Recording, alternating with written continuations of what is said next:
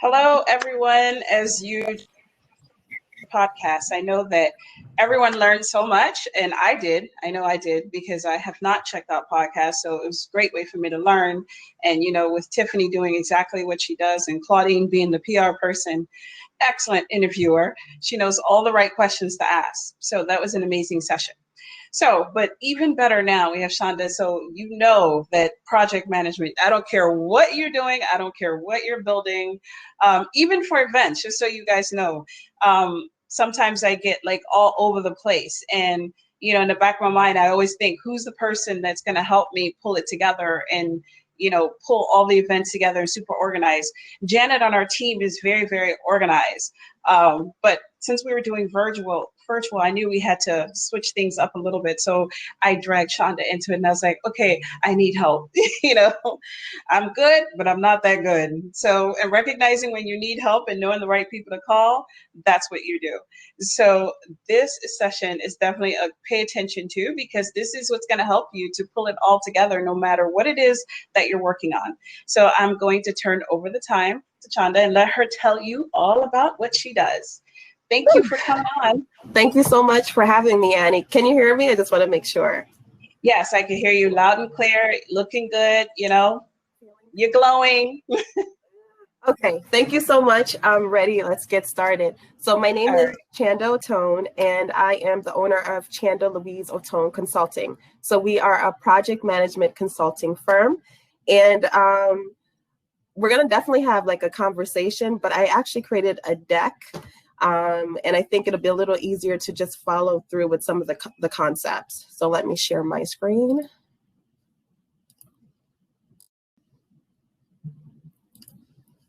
All right, let's get started.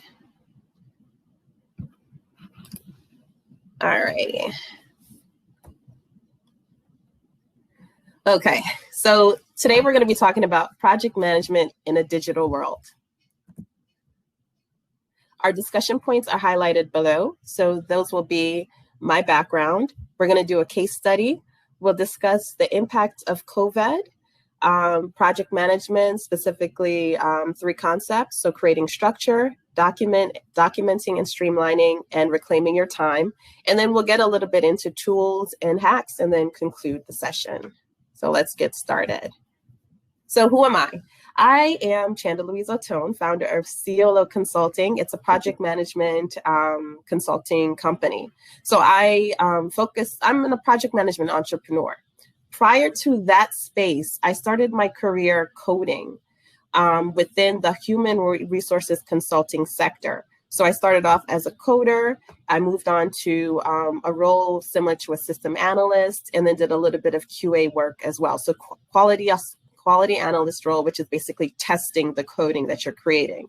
From there, I transitioned to a role called a benefits analyst. So benefits analyst, in that respect, I was working with defined benefits plans. And what I would need to do is reach out to the client directly and essentially get requirements, calculate their calculations, etc. So I had moved from my coder section, which was more an internal facing, client facing experience, to an external client-facing experience. From there, I transitioned to working for one of the top law firms at the time, and I worked within their benefits department, now focusing on defined benefits and defined contributions, so like 401k plans. In this particular role, I was no longer the vendor, but I was interacting with the vendors, and my role focused more on compliance and auditing. After I completed that whole space, I decided, you know what, I think this is not the path that I want to continue on. So I went to grad school and I studied statistics. So my undergrad is in statistics, and so is my graduate work. From there, I started a role within the health insurance company as a business analyst, and then transitioned to a system analyst, and finally got into a project management role as an IT project consultant. So now I was working actually in the consulting sphere, and I was doing project management from an operational standpoint. I learned a lot from this role, and to be honest, actually from a lot of my prior roles. And I decided at that point that I wanted to venture out on my own. So I went into full-time entrepreneurship, which was definitely a journey. And with that, I was providing project management consulting. And then I was also providing business coaching consulting as well. So basically helping someone who was like early to mid-level career better position themselves, better interact with their colleagues, with their managers and such. From there, because entrepreneurship is hard and I was learning how to become a business, I decided that I needed to take on an extra role to bring in more income. So that extra role that I took on was becoming an adjunct professor. And that was definitely very different. So I started that initially in 2019. And in 2020, I took on my first full-time teaching role as an adjunct professor. So at this point, I was teaching 5 classes, right? With the 5 classes, I was teaching statistics. So it definitely was an interesting transition and journey for me. So what I want to do is I want to quickly just define project management and then go a little bit more into my experience as an adjunct professor in 2020. Okay, so project management is the practice of initiating, planning, executing, controlling, and closing the work of a team to achieve specific goals and meet specific success criteria at a specified time. So, all that stuff sounds really good, but what I really want to focus on is how do you apply project management concepts and principles when you're a small business, when you're an entrepreneur, a solopreneur? How do we take these concepts and turn them into tangible steps that we can utilize? So what I want to do is show you what my experience was. That'll be the case study as an adjunct professor transitioning into remote teaching due to the pandemic. All right. So here I am. This is Chanda 2020. And I started teaching 5 classes. I just dove right on in, right? So while I'm teaching these 5 classes, it was a steep learning curve. I had to develop skills on how to interact with students, navigating different personalities, and then also understanding my role, right? The next thing is I had to relearn statistics. Now, I don't mind statistics at all, but it's not an intuitive subject, right? So it's not something that I personally can pick up and just by looking at it for the first hour say, okay, that makes sense. I need to spend some dedicated hours to really go through it. So here I am learning how to teach, learning the material, and then now learning how to quickly take this material and teach it to students, right? And then to add to that, I had also decided to relocate in that same time frame. So now I've relocated. I'm working at 2 different institutions, and I'm learning this material, interacting with students, and it was an interesting time. Needless to say, I was an awful teacher, right? It was tough. It was not an easy transition for me at all. In fact, I was very spent. So have all that in mind. Next happens a pandemic. So in my mind, I'm thinking, what are the odds? The first semester where I decide to take on like an actual full load, I'm teaching new topics, like what's the probability that a pandemic would occur and then we would have to completely transition all our work to a remote online setting, right? So at this point, we had, I think, about 2 weeks to completely transition online, right? In the midst of that, I personally was over leveraged and overcommitted, literally, right? Because remember, I'm a business and I wasn't accumulating enough money. So I had to take on a side role, which was my adjunct role, right? Now, if you think about it in terms of some businesses, small businesses, they could be in a position similar where they're taking on a number of projects. They don't have enough resources, nor do they have enough time, right? And then now here you are hit with a pandemic, right? Now, all these dynamics will definitely affect the quality in terms of what you're producing. Not only that, do we even have enough time to process the concept of transitioning online? Okay, so I had to pretty much think quick. So my think quick was actually to basically go back to some core skill sets that I had. So I'm a project manager at heart. You know, I think in that space and I think in that way. So fortunately for me, I needed to create a game plan. And in my mind, I thought, okay, what's a good game plan and what does the game plan really mean? It means structure, right? And that structure is, how do I, as a professor, create a roadmap forward, right? So similarly, how do you as a small business create a roadmap forward? Because if you think about it, we're both leaders, right, within our own ecosystem, and the individuals or the clients that we're serving are expecting to have some guidance from us to move forward. Now, note, the roadmap that you're creating does not have to be perfect. You know what I mean? It really actually doesn't have to be perfect, but you do have to have something, right? The second thing I thought to myself, thinking from a project management standpoint, was that I would need to document and streamline. Now, I already understood through my experiences that when I document and streamline, in the long run, it makes my life a lot easier because I'm creating some structure there that's repeatable, right? It's repeatable and it's consistent. And what that starts to do, it starts to take away the weight and the pain pinning me down to a particular task. I can then start to delegate. The third thing that I wanted was to be able to reclaim my time, right?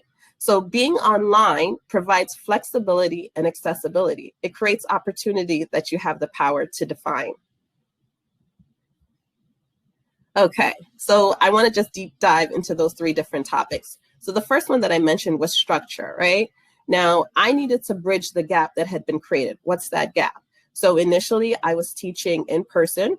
And then now, because of this whole pandemic, I now needed to teach remotely. So a lot of my students, some of them thought that maybe it would be like an extended vacation, right? So you're far removed and you're thinking, all right, well, now I get to just do what I need to do. We don't have to take any more exams and such. But for me, in my role, things need to continue to move forward, right? So I needed to establish continuity. And I also needed to empower those that I served to take on a lead role. So what do I mean by these things? All right, so the first thing, how do I establish continuity? So establishing continuity is essentially just drafting a plan and making it accessible to your audience. So for me, as a case study, my plan, which was already drafted, was a syllabus, right? So that with this whole COVID pandemic, I needed to create a revised syllabus or contingency plan, an addendum, right? So the addendum would basically tell the students, hey, this is when we're now going to meet, this is how we're going to meet, and these are the tools that you're going to utilize as we move forward to complete this course. So with that being said, as a business, you need to draft a plan. And like I said, it doesn't have to be perfect. You know what I mean? And it doesn't have to be robust the first time round. It's really just saying, hey, high level, this is the outline of how we're going to be doing things for X period of time, right? And then communicating that so that people understand it and they have it available. Okay. Now, the second part that I mentioned was to empower those you serve to take the lead. So I want to give actually another example before I go into my case study example. I am part of a group. It's a long-term investing group. Call it Wall Street Trapper. Don't judge me. So in that group, recently, I had a question about the PE, right? So I didn't really understand what that concept was and, how to apply it in terms of valuating a stock. So what happened was another member posed a question, said, hey, I'm trying to understand how to do a more comprehensive technical analysis. Are you guys or is anyone willing to do a study group where we can learn this more in depth? Now, this is outside of the actual moderator of the group. So a few of us said, yeah, you know what? Definitely, let's meet up. Let's do that. So we met up and we started to go through this concept. And after we went through this concept, we did gain some more clarity. Today, I'm getting ready for our discussion and I'm listening to my group. I don't want to say ironically or coincidentally, what is the moderator talking about today? They're talking about PE. And he goes, I understood and I heard that you guys were having difficulty with this concept. So I wanted to actually elaborate more on it and give you guys more in-depth understanding. So to me, I thought, wow, this actually makes a lot of sense and leans towards empowering those you serve to take the lead. How so? As a moderator in that group, he has over 2,000 members in there. It's impossible for him to actually leverage himself to each and every member and then to even be able to watch or notice every question that's that's basically comes along. So what he's done is he's fostered in an environment where the members feel comfortable actually bringing out questions amongst each other, going through creating study sessions, and then working through them. And then what he then does is he will look at the conversations that are being had and then choose those topics that he sees to then expand on them to help the whole group, right? So that's what I mean by empowering those that you serve to take the lead so that you are not being overcommitted. You know what I mean? And that power in terms of, or not that power, but the responsibility is becoming more of a shared responsibility along your community or your tribe. Okay. So in terms of me, I was teaching 5 classes, right? So the 5 classes I was teaching, when you think about it from a ratio perspective, that's 1 professor to 100 students, right? So let's say on average, I had 20 students per class, right? I'm like 20, 20, either way, 20 or whatever the numbers are, don't judge me. So understanding that I could not serve them all, I needed to establish a system that met the majority's needs and minimized the number of students that would need additional assistance. So I think from a project management perspective, we're always thinking about efficiency. You know what I mean? Then the second thing that I needed was to create a system that had the ability to self-grade, in turn providing instant feedback to the student. So from a project management perspective, I'm always thinking about how do I do this easier, right? How do I make this process easier? So I understood that I had 100 students across the board. When pre-COVID, I would have to do the grading. So think about it. If I have a homework assignment where I've given 5 questions, right? Just one homework assignment, 5 questions, and I've got 100 students to grade. How practical is that? I found myself always lagging in terms of the time in which I'd be able to submit those papers back to the students with the proper feedback.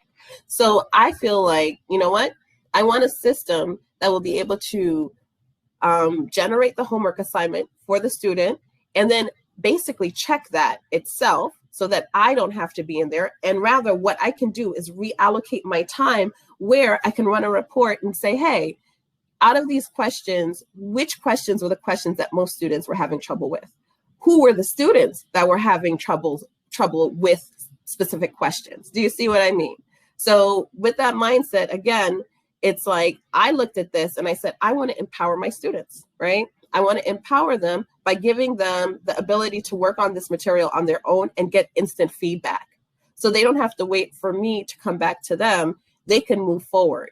And if there is something that they don't understand, they can easily pinpoint it and say, hey, I went through the explanation that the software provides and I'm still not getting it.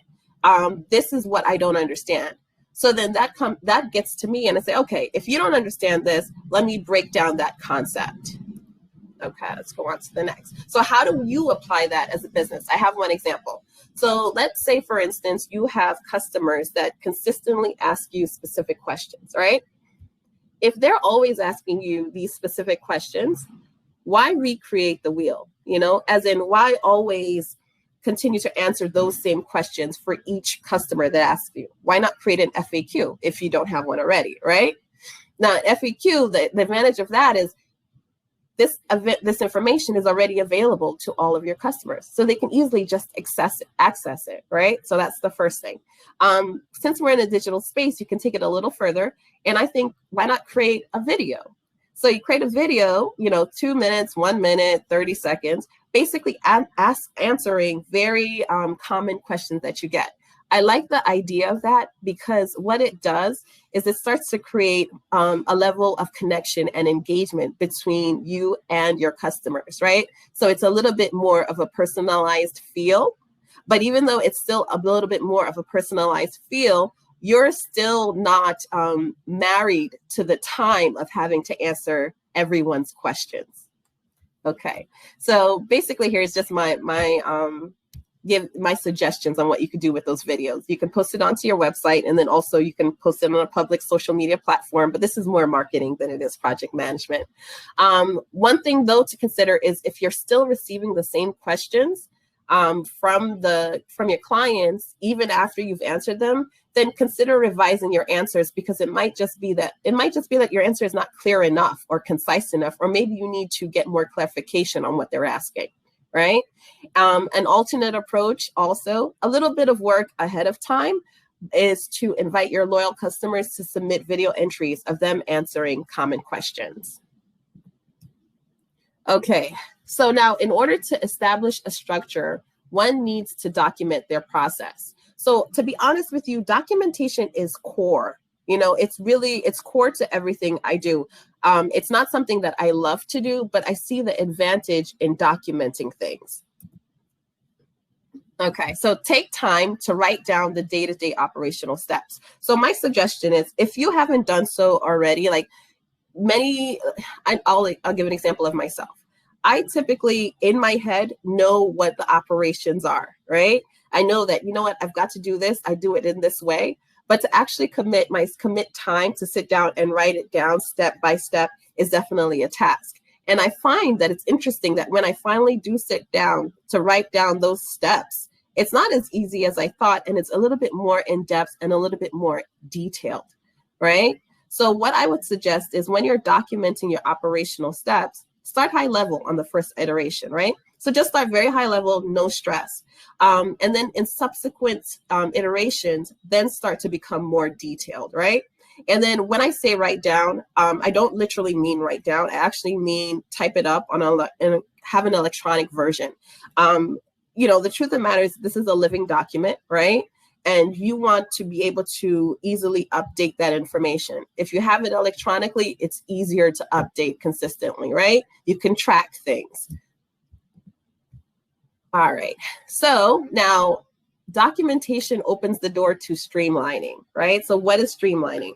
Streamlining is making a system more efficient and effective by employing faster or simpler working methods, right? So when you're documenting, documentation allows you to identify gaps. It also allows you to identify redundancies, right? So that's what's leading us to be able to streamline things. All right, so finally, my thought is, as I've streamlined everything, my reward should be my ability to reclaim my time, right? And essentially, time as an entrepreneur, as a business owner, to be honest, as anyone, is a very expensive asset. It's the most important one.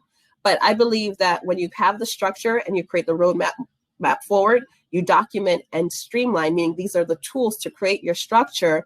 I believe the reward that you will get is the ability to reclaim your time.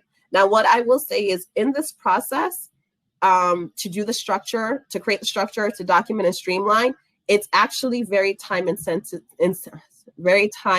intensive upfront. So you're going to wind up spending a lot of time to establish this structure. But once you actually have this structure established, you know, the benefits are that you can then take a step back and bring more people in to basically start to create a workflow, right?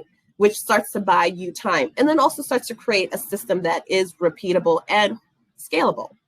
All right. So, tools and hacks. To be honest, I'm not really into too many tools. Even though I have it, I'm not. I think, to me, what's most important is just how you fundamentally think about project management and how you fundamentally set up your structure. I think that's really more important. I literally use tools as such. I think to myself, okay, what's my problem and what am I trying to solve? And I try to think about the thing that will easily help me to start to accommodate that. But I will say that I don't think there really are many specific tools that would just automate and automatically do what you need from a project management standpoint. I think it's a little bit tedious, and you always have to put some good, elbow grease at the beginning. But nonetheless, some easy free tools I just typically like, and like I said, it's very basic. Google Drive. I love that thing. So Google Drive, Google Docs, Excel. I love the collaborative features. I like its adaptability to Microsoft tools. To me, that's really what I use. I keep it really simple. From a strategic planning perspective, I think really documenting is really where it's key.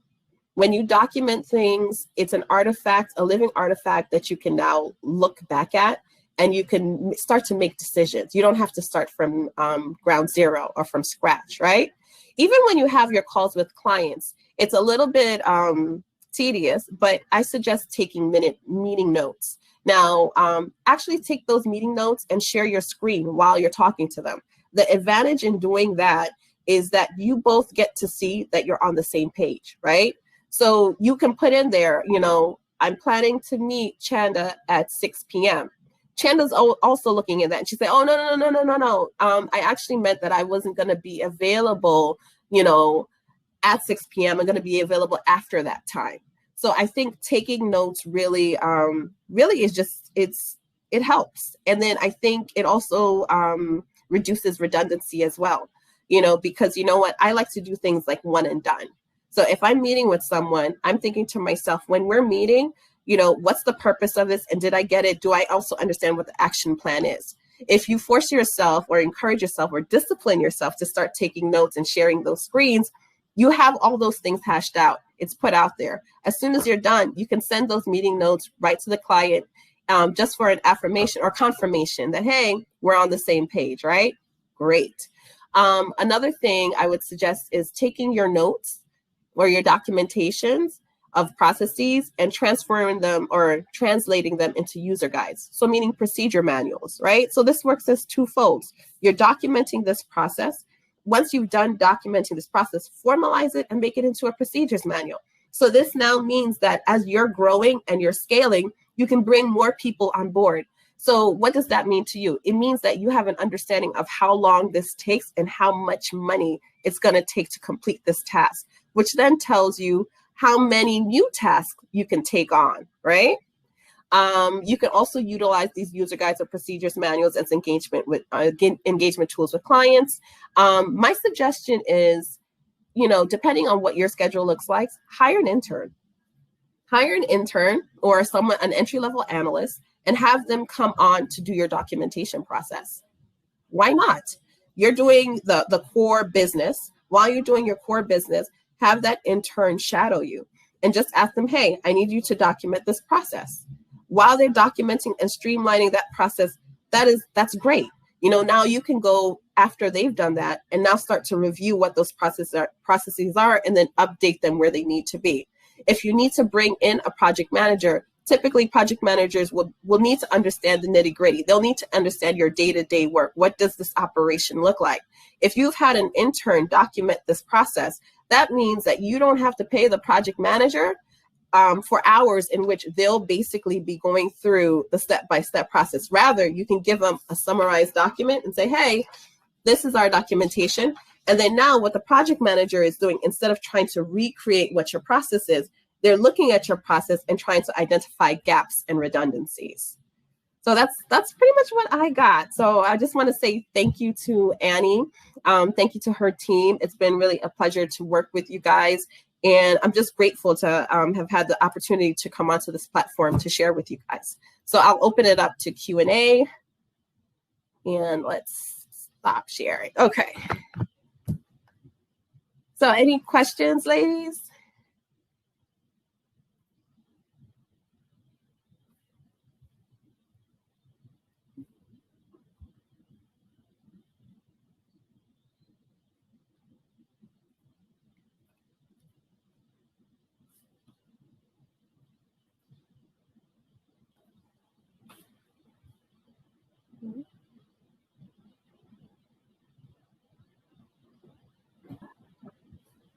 Okay. Hey, honey. I'm gonna jump in. So thank you so much. You know, I appreciate that high level of looking at things, especially using yourself as a text case, you know, saying, hey, this is what I would do. This is what I would advise. So now let's talk about Blessed said, whoa. She's like, oh, you left us speechless. Don't worry. If you have no questions, it means you were complete. But I still have questions just because I know me, you know, and as like I always say, there are some things I'm really, really good at, but when it comes to like procrastination, that is like me to the 10th power. You know, now that we're in COVID times, I sometimes feel like I have a little bit more time than I actually do. I don't know why. I think it's just me thinking that way. What do you say to someone like me who waits to the absolute last minute to get certain things done? I remember times you made a list and I was like, oh yeah, I'm coming. I'm going to get to it. So, what advice would you have for someone like myself? I mean, it's not to say the thing that I'm working on is not important. It's just that I always feel like I have more time than I actually do. And next thing you know, I'm sitting there for 24 to 48 hours trying to get something done. Okay, so yes, I'll give Annie the deck. So the deck will definitely be available. Annie, that's a great question. I got to be honest with you. I also procrastinate a lot. I procrastinate a lot. And what I've had to do is start writing down lists to be transparent. You have to hold yourself accountable. So the way I hold myself accountable is I actually have a notebook and I have to sit down and say, all right, Chanda, for today, these are the tasks that I'm going to accomplish, straight up. I'll accomplish 1, 2, 3 tasks. I also have accountability partners. So I've basically been able, I've started to leverage, like what you said, leverage other people as well to keep me accountable and not just, keeping it to myself.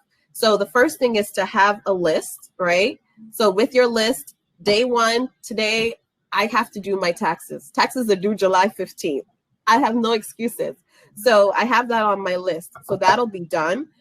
In addition to that, what I would suggest is having my accountability. So I have a few accountability partners. One of my good friends, Atanza, one of my other good friends, Akosia, so I can reach out and say, hey, listen, I'm trying to work out and I need to work out. I know I'm supposed to. Can you please call me 8 a.m. each morning? And mind you, Latanza also likes to work out.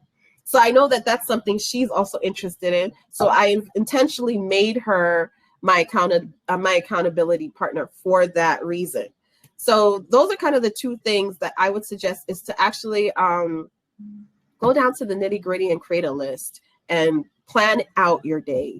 It's tedious, but it's effective.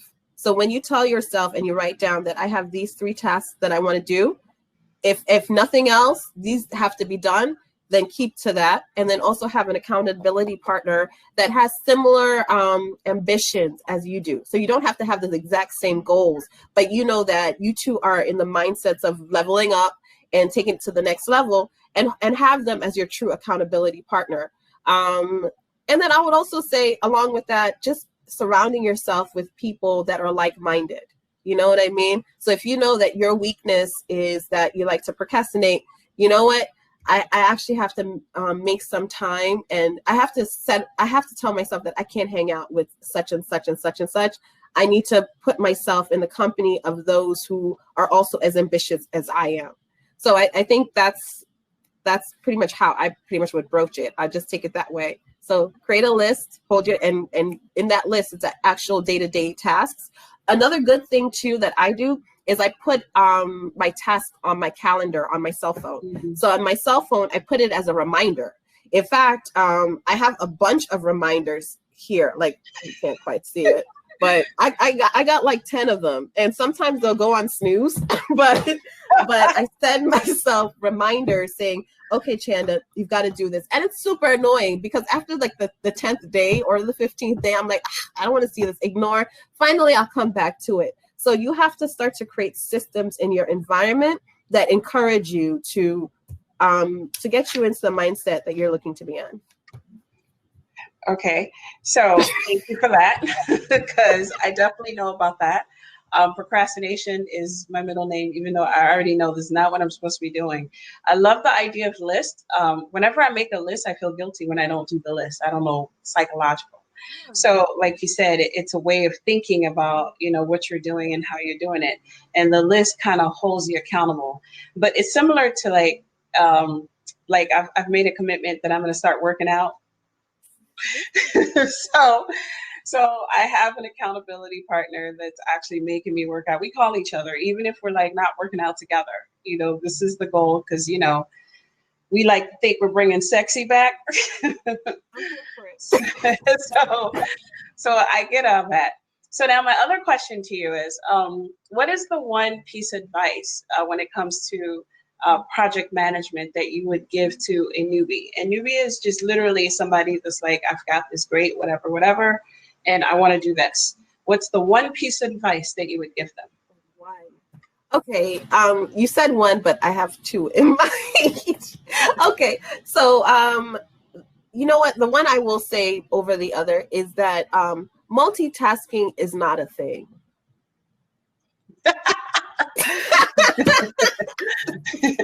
See, even me, I had to laugh at that one.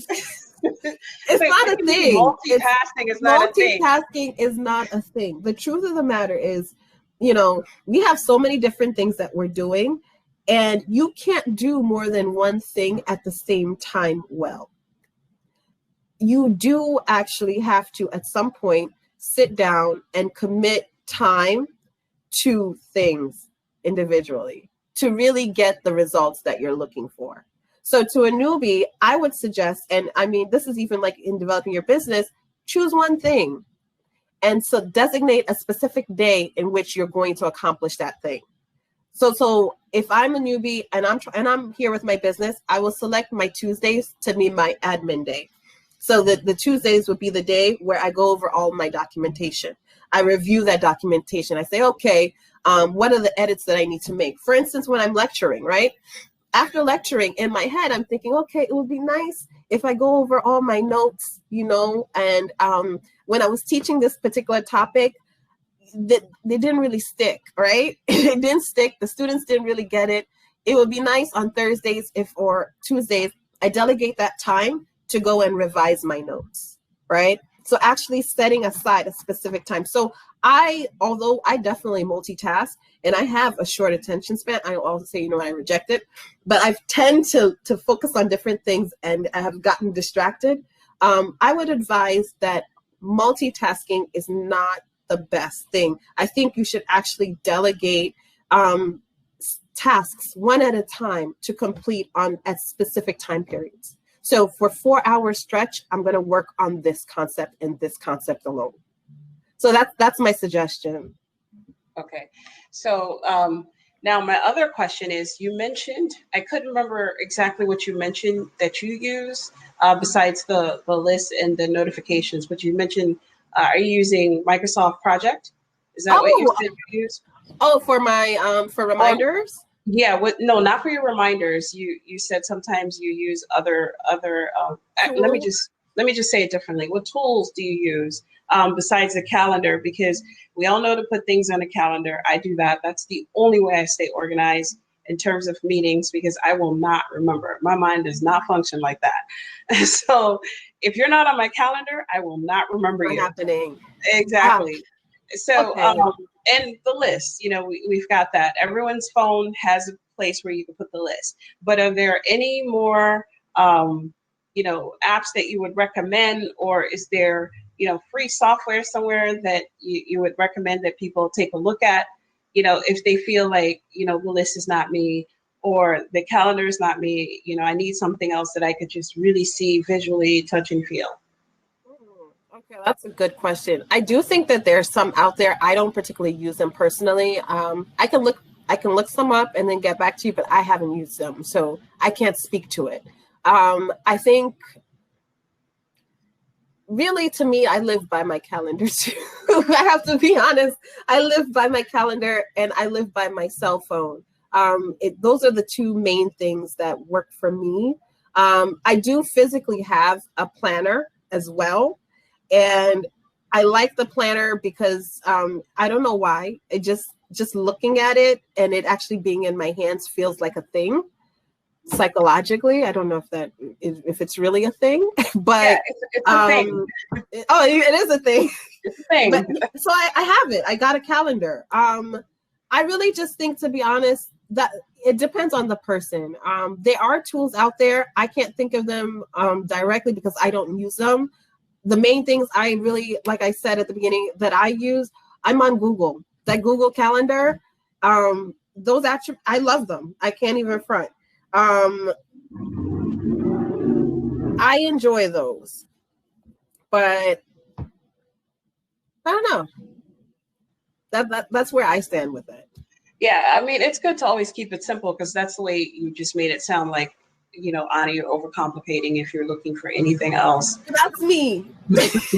I'm not against it. I just think, depending on who you are and what's going on with your schedule, you can do whatever you want to do and what makes sense for you. Right. The thing I like about what you said is from affordability concept, because you have already paid a price for the cell phone.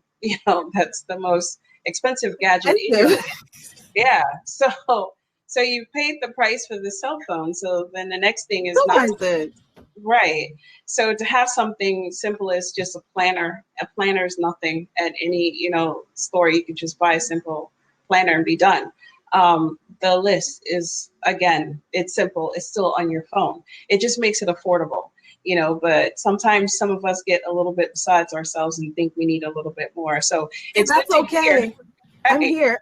Right. But I like the fact that you didn't deviate from what you said. You're like, no, Ani, you're doing this. You're doing a hell of a lot. I got a good question from Blessed. Okay. As an entrepreneur project manager, how do you make sure you don't overwhelm yourself by taking on too much, yet not risk losing potential business customers by saying no to them when you don't currently have capacity? That's a superb question. This is what I say. This is why I think it's important to do your documentation. When you document your work, it starts to give you insight as to how long things take, right?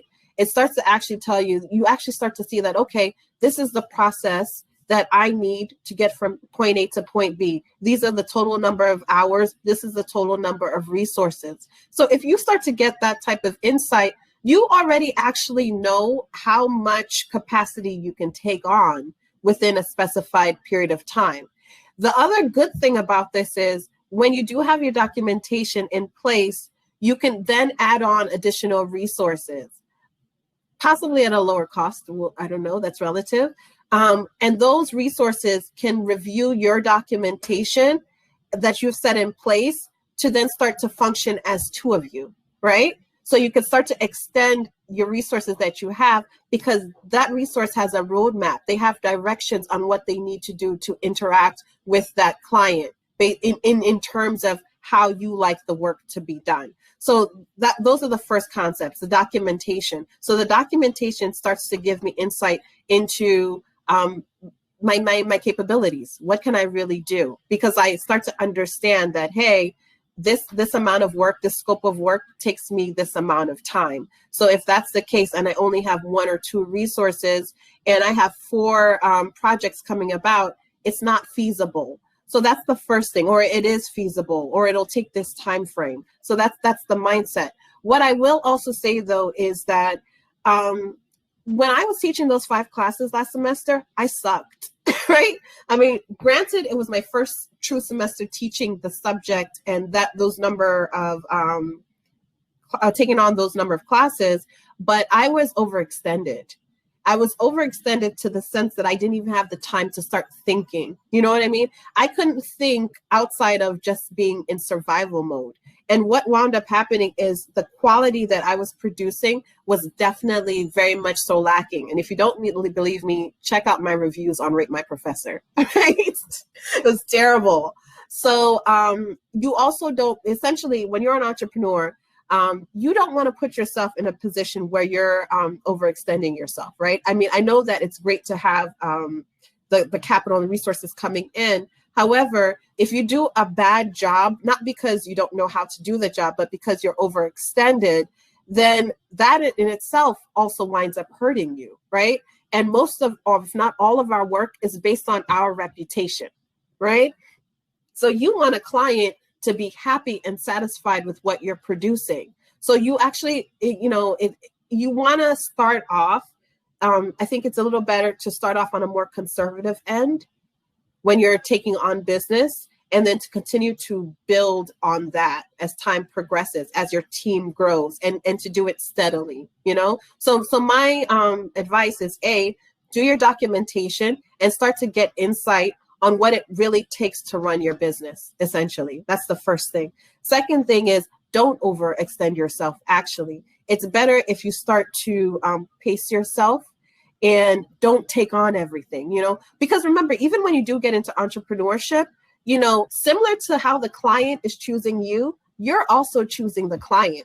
You know, outside of the monetary aspect, the thing you want to consider too is, do I want to work with this client?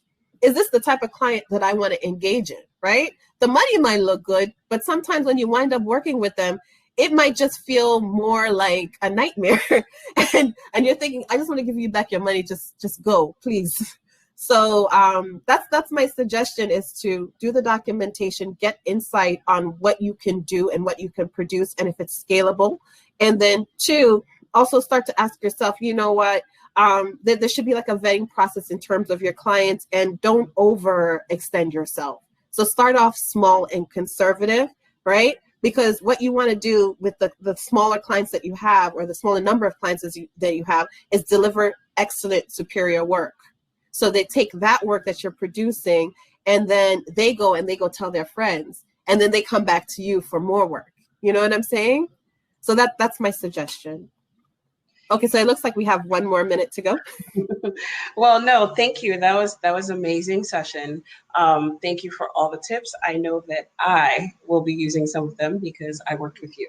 So I had to incorporate some of that. And the next time I do anything else virtual, I'm just going to drag you into it, because you could kind of get a little bit laid back and relax. You know, like, I've got time.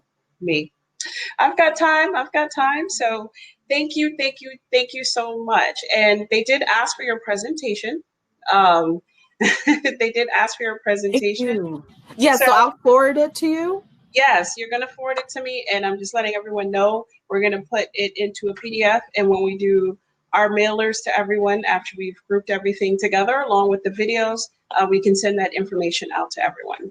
So, but right now, we're going to end this live broadcast because the next one is going to start in another minute. So just everyone take a breather, take some water, because the next session is going to make you like calm all that noise down and pay attention to the inside voice. So Victoria is going to be coming up on the stage. So thank you, Shonda. I really appreciate you and helping me put this together as well.